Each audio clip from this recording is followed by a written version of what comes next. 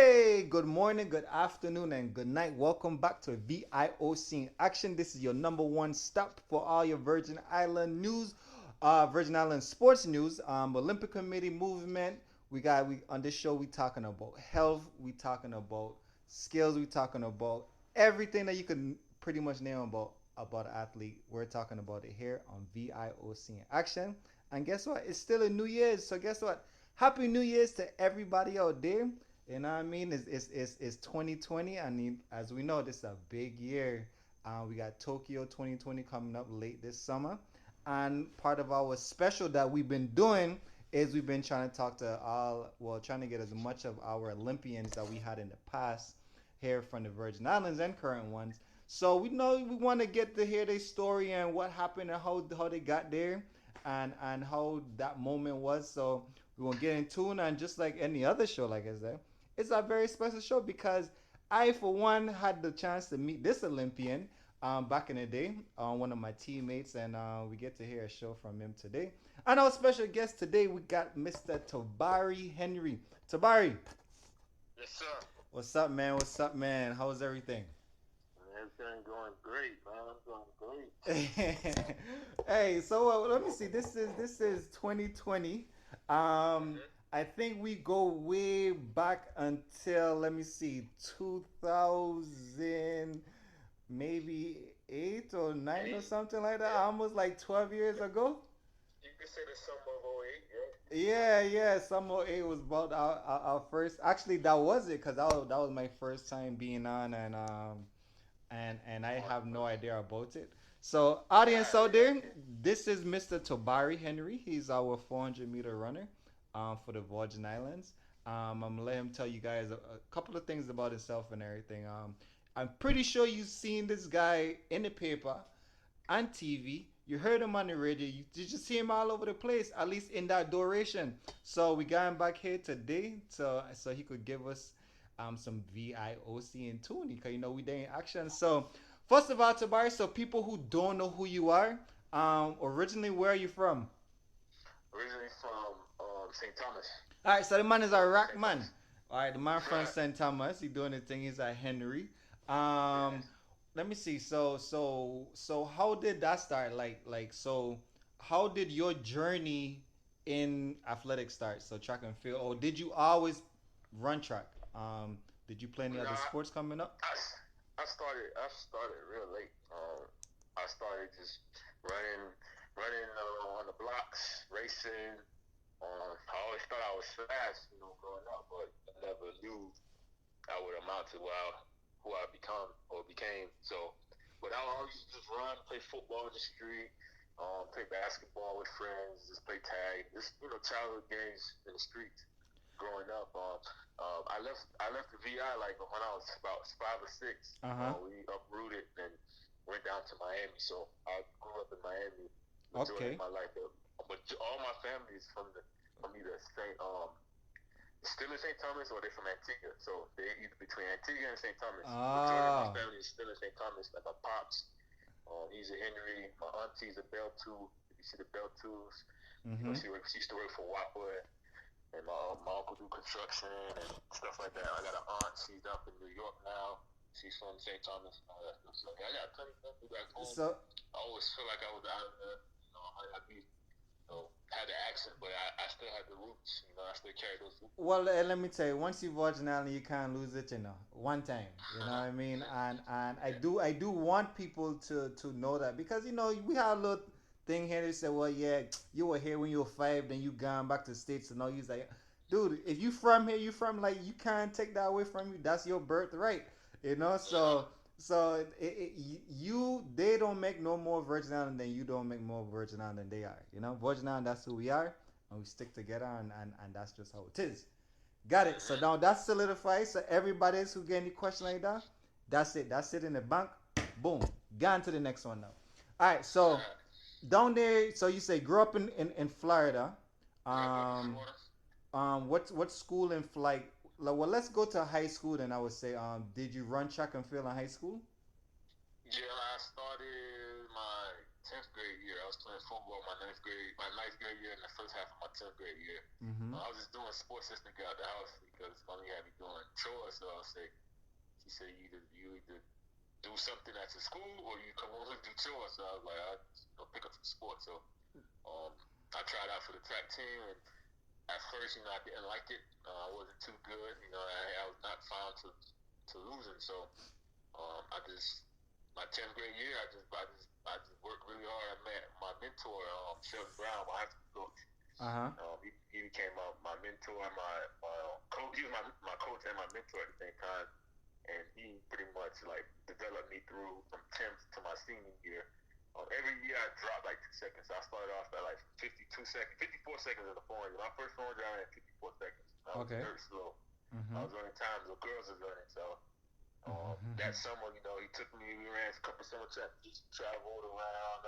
I went from 54 that year to like 51 that summer. That summer, which is a sophomore, your sophomore going into a junior year.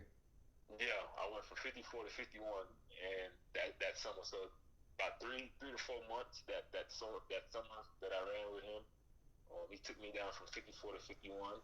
And I was like, man, this is fun, coach. I like what I'm doing here. I like stuff going on here. I want to take it serious. So my 11th grade year, I really locked in and took it serious. I did cross country. I stopped doing football. I did cross country. Went to state in cross country. That was the first ever for our school. And then after cross country season, I was pretty fit going into my junior year. My junior year, I went from 51 to 48. I got third at state. So I was even slated to make a final that year. Nobody knew who I was. I went from 51 to 48. Right. My junior year, and then I'm like, man, this. I'm like, coach, man, I think I could really do big things, coach. So he was like, let's keep working. So that summer, I ran with him again. I went from 48 to like 47, 48 lows, and I'm like, man, I think I'm gonna do it big. My senior year, came around. I'm still training with him, still working out with him. I went from 48 to 46. I was number three kid coming out of the United States. Right. So you running 46 as a senior, which is this is 46 as a senior at States, or going into just in that year. State that year I ran 47-1. I got second. I was supposed to win it, but unfortunately things happened. I think it was a photo finish race. Me and the guy, Justin Chilton, went down to the wire. It was a really good race. He nipped me out at the line, so unfortunately, but I PR'd and I was happy. We won state as well too. We won state as a team that year. We won the 4x4, and I got second, and they had other person. But yeah, that year I went 47-1, and then that 2 weeks later, I went up at Nike. There's a big high school where all the high school kids come from all around the nation, and I ran 46:51 that weekend. It was like 2 weeks later I ran that. Yeah. Big PR. I went from 47-1 to 46.5. Right. And by that time it was too late to get a scholarship. It was already the middle of summer. And how school set up is they give out their scholarships throughout the year. So I'm reaching out to all these schools. Nobody has scholarship. I'm like, the number right, the number two. Right. So you one of the top guys in the whole United States, and can't even get a scholarship, running faster than everybody. And that's a heck. so it was cool, I said, oh, that's fine, I had to go to junior college route. So I went to junior college out in Kansas. What school did you go? I went to Barton County. Okay. County. They're pretty well known in junior colleges around. They always ran running fast or have somebody fast. I went to Barton. Man, I met my coach, Coach Kane, and man, from there, I just became a man. I became a man. I went from 46 to 45-1. That was the Olympic. That was Olympic year, I believe. That was the year of the Olympics. But this is where we talking about Beijing. Yeah, Beijing. That was 08. Okay. Yeah. So yeah, that year, we trained really hard, and I didn't even plan on going to the Olympics, man. I just like to run, and I just like to run fast. Yeah. So we end up hitting the qualifying in March, Uh huh. and at that time I was in contact with Wallace. Okay, Everybody know so Wallace. that's Wallace Williams, General Secretary for Track and Field Federation. Gotcha. Yeah. So actually, before that, I actually ran 46. 46.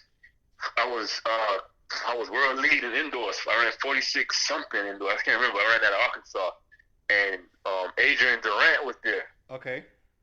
and Adrian was like, hey, I didn't even know Adrian yet. Adrian was like, man, He was for South what's good? What's Carolina. going on? What's going on, man? And I had the VI chain on Okay, my the neck. Gucci. Okay, gotcha. And he saw me at the meet at Arkansas. He saw me at Tyson Invite. He said, "You from St. Thomas?" I said, "Yeah, I'm from St. Thomas." And he was like, "Oh man, you can run for the national team." And I'm like, "Really?" Like, I ain't know any Yeah, better. Like, yeah. yeah, that's. He was like, "Yeah." He's like, "Yeah, I'm gonna get you in contact with a dude named Wallace." And man, no, this is Simon, man. Yeah, you need to run for the PI, represent your country. I'm like, cool. What's his contact? Yeah. I called Wallace like the next day and told him what I did, and he was like, man, and from there, I was in contact with Wallace, and me and So Wallace kept in contact, and he was telling me like, yeah, you can qualify for the Olympics, you can send to the Olympics, and so I'm just like, you hear wow, so this wait, is crazy. you meet Adrian Durant, with Coach Durant now, and Yeah, at Tyson Gate Invitational in Arkansas. yeah, in And if Arkansas, yeah, so, Tyson, yeah, if you haven't met him, you probably would have never even discovered the nope, Virgin Islands or even think about at least right now, at least then at the time like you got a chance actually, cause you would have still run the 45, but you'd have yeah, I probably just still, like yeah, yeah I qualified for Olympics, but you'd have probably just been thinking that you got to run for USA because that's where you yeah, live. Like you ain't yep. thinking the Virgin Islands have a Olympic team or nothing like that. Nope, never thought about it. Well, let me tell Because you. it's U.S. territory. Yeah. I, so a bit of secret that you may not know, you might know. So just as you and Adrian met during that same time, right? Mm-hmm. Since then, because ideally, so Adrian, we call Adrian like wrong in the first pack. Him and Laverne and them, they came wrong to the first pack of our side, and then when you came on board, because your event was the 400, which is that's everybody's favorite event, athletes across the nation start discovering like what Virgin Islands got a team, like who's this guy Tabarie? So Mm-hmm. people start hitting you up and was like Yep. yeah like I from the VIA family there too, and we was like wait what, like you literally honestly I could say this because we on the show and this is how we're gonna do the thing, like you kind of put us on the map, so you literally from track and field put us on the map from the 400 because you was able to start recruiting just because you had the bird on your chest. Said Virgin Yep. Islands like yeah, Virgin Islands got a team, and then people that hitting you up was like dude like yeah I running this time too, like what's up, and they like hey once you from there and you could verify it, hey you good to go. Yeah. So Yeah. that's how that started to a whole 10-year period from that time. So so that's actually interesting. But all right, so this is your first qualification at 45-1.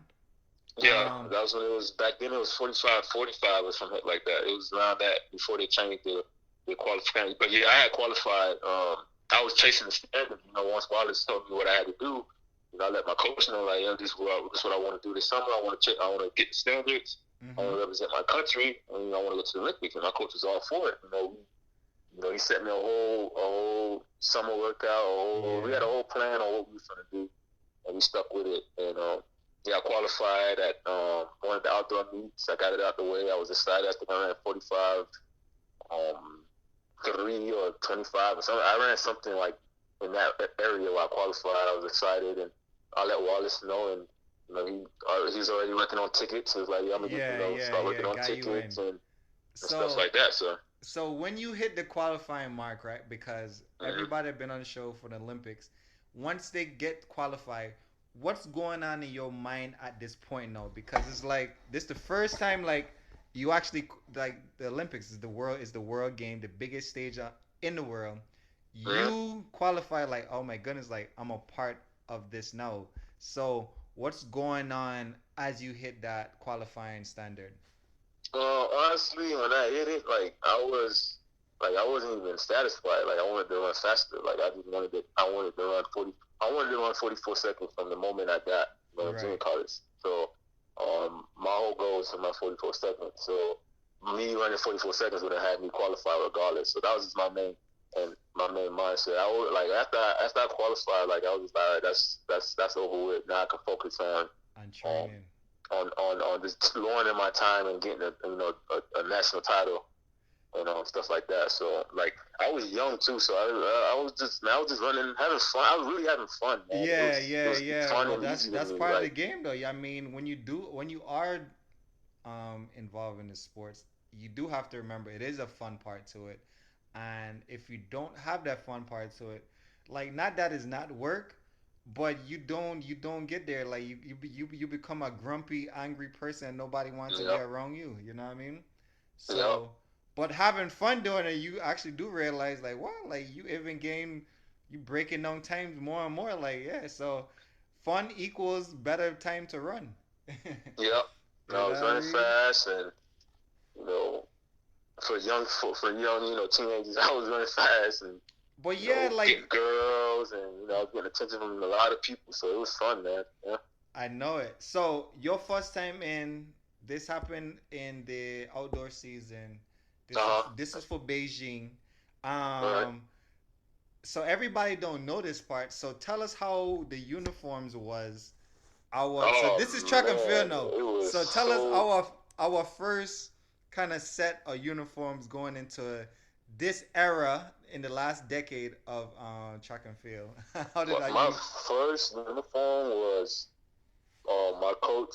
My coach was like, yeah, man, you qualify. They're gonna send you a whole a care package. They're gonna send you gear.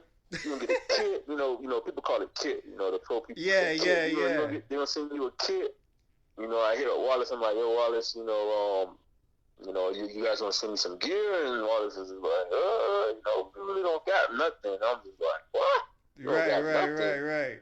So then my coach was like, don't worry, I'll take care of it. So I don't know if it's illegal or not, but he spent money out of his own pocket. He went on East Bay, designed me he just got the Virgin Islands flag, Mhm. and he got like the East Bay white tank singlet, and we went to a print shop. And that's when we was in Kansas. We went to a print shop, and the guy was like, "Yeah, I could do this. This is easy." So we put the flag on the East Bay white shirt, and I wore one Yeah. of my Barton bottoms. And Yeah. so and my sweats, we had Wallace them. They gave me like, I don't know what brand that was, but the Olympica, whatever that used to be back in Yeah, the days. Olympico. That's usually one of the Spanish brands that at the time Yeah, they was a big thing over here in the CAC region. yeah. So yeah, exactly. So I had like one of those blue warm ups. I had some old, some shoes from, my coach gave me some new shoes before I left.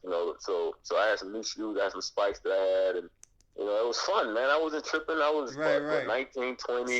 So let me ask you, when you got the bird on top of your uniform, you was like, oh man, like this official, like the bird is there, Yeah, like this is it. Like this, yeah, like once you put it on, you was like, what? Like I can represent the Virgin Islands, no? Like yeah, a whole country in them. Like yeah.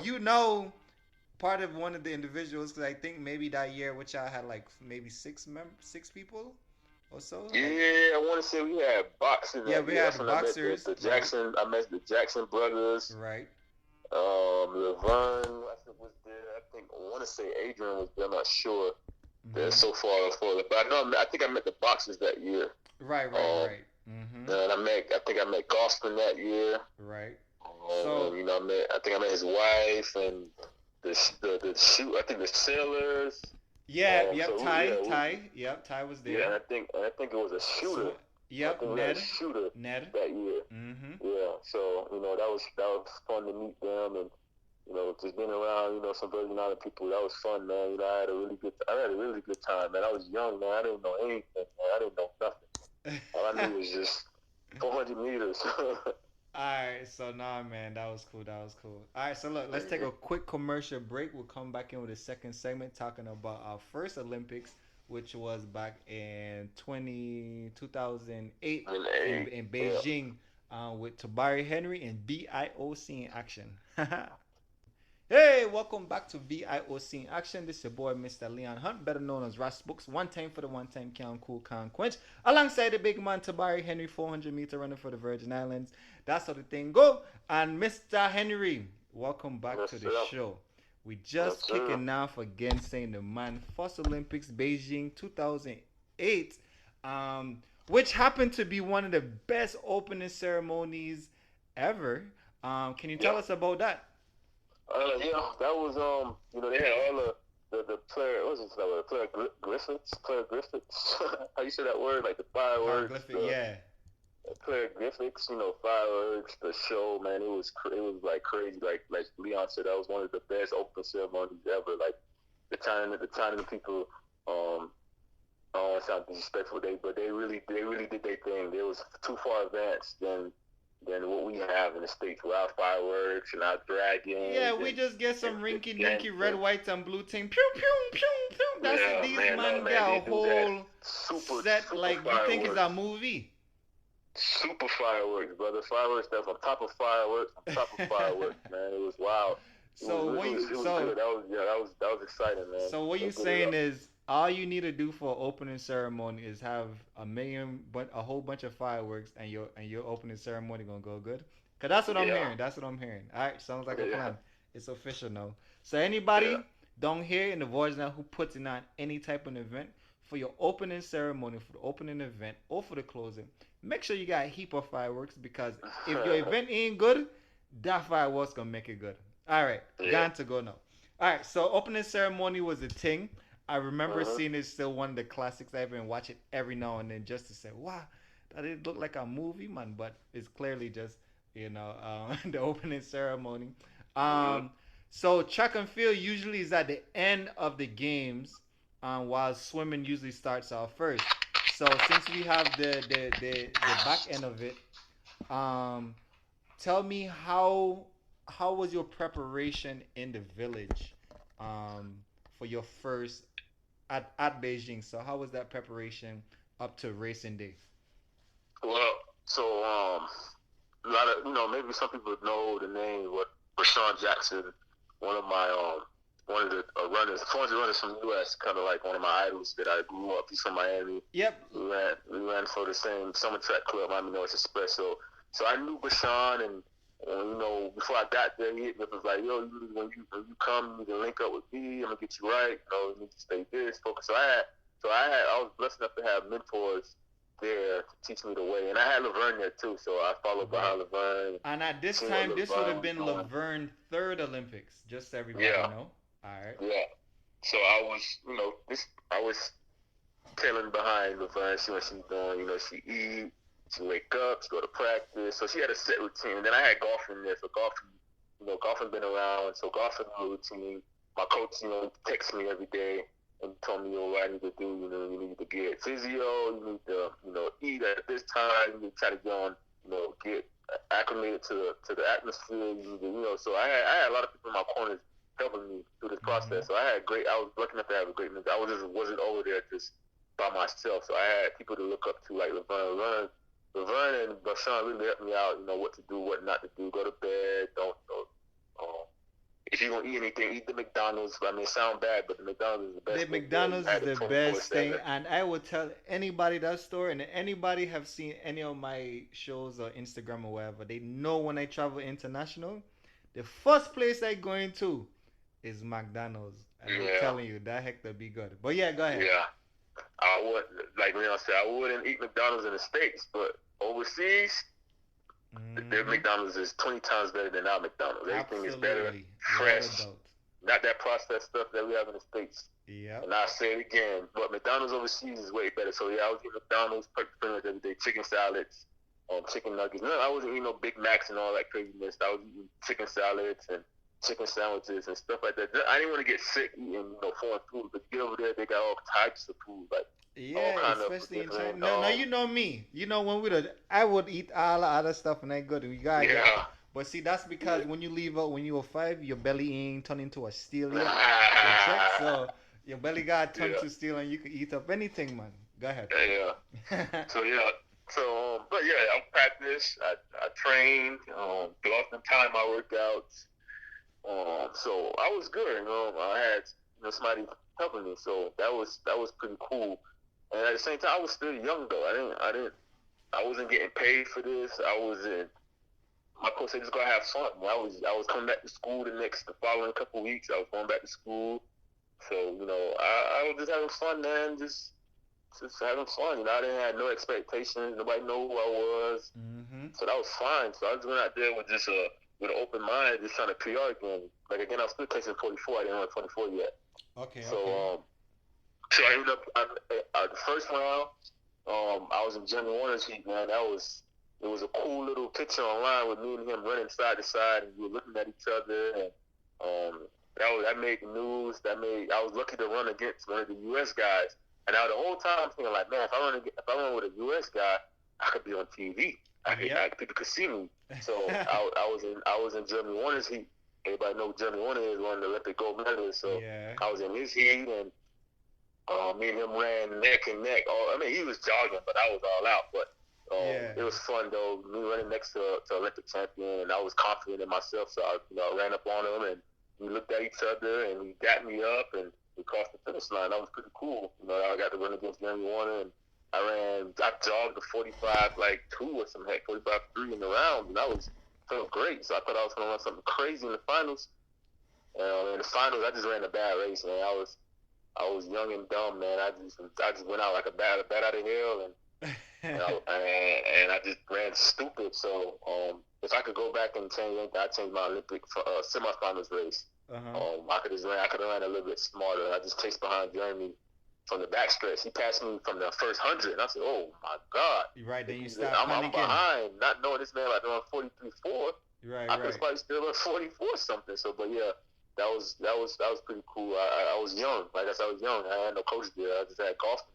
Right, Golfing didn't know what I was capable of. He just met me. So, but that was fun. I ended up running 45:19. I think that was a PR for me. Mm-hmm. So I was going into the next year with a lot of confidence. I had Olympic experience already on my resume. So a very good one. Thanks to Jeremy Warner. Yeah. My confidence was going through the roof the following year. The following year was World Champs year. That was 09. Okay. So in 09, I ended up running. Was I still at Barton? Yeah, I think I was still at Barton. Yeah. Yeah. It's the second year. Yeah, I was still at Barton. They grew that year. So I'm just fast forwarding through the season. I qualified again. It was the A standards to go to Worlds, something similar to Olympics, not bigger. So that was in debut. That year I was a little bit more I was a little bit more experienced, a little bit more focused. That's when I signed to Texas A&M that year. I had a decision to go pro early. I could have gone pro. I could have went pro after Worlds, but I had promised the coach at A&M that I was going to come to school, and I'm gonna do it. I stick to my promises. So. As they say, stay in school and don't be a fool. I'm just saying, listeners, schoolers, listen up. All right. So I talked to my mom. That's the year I got fourth. Yep. That's when the guy from Trinidad, right? The guy from Trinidad ended up getting third. The little dude. Yes. Yeah. Wow. Yeah. I could have got a medal that year. Yep. I thought I was in third the whole time. I was on the outside lane just running crazy. I know. And I felt good. And then Rennie Quo passed me at the last 50 meters and got me for the bronze. I could have had the bronze that year. So what's your things so far in high school when you was back then? You lost at the line because it was photo finish at the end. Yeah. This next situation similar now. Years passed by. Once again being aware, but you still learning. We only 3 years. This only 2 years in this stage. Yeah. But gaining experience. So why I'm saying this is because I want the listeners and the young athletes to understand it's an experience. Like you gotta go through things to understand what's going on or even be aware. Like you said, you was all in the far lane, just running wildly. You didn't even, we knew on TV. We were like, go there, man, Henry, go. Like, but you ain't hearing us and check. And we like, dude, this stupid man ain't letting man. Oh gosh, man, we were cussing you bad, we were glad. Don't get me wrong, we were glad that you was in finals. But This we the first like, time I've been hearing yeah. this story from you, though. I never But heard this story from you. if you watch back that finals and the Trini dude, I tell you, this man was like, yo, Way in the back. he ain't no I coming for this man, you know. And we seeing this here, and I'm like, yep. And you just there doing your thing, but we thinking, oh, he getting a bag. When you see this man say whoop, whoop whooping everybody, Mhm. you know, I said, oh Yep. shucks, Yep, you're right. You called it. and That's that was exactly what there. happened. He was all the way in the back. He just came out of nowhere and was just chugging.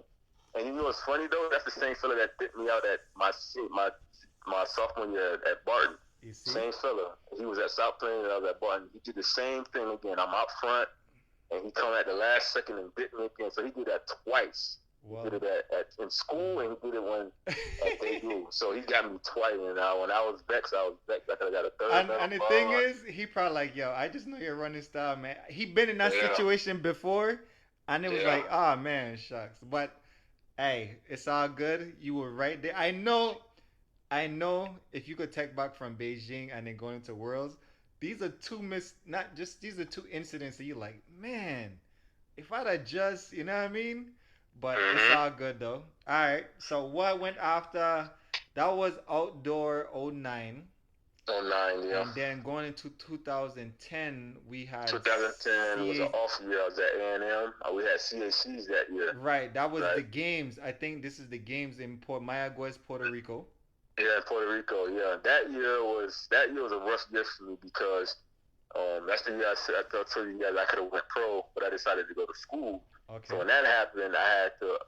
I left my junior college coach, which was Matt King. I left him and went to Pat Henry at Texas A&M.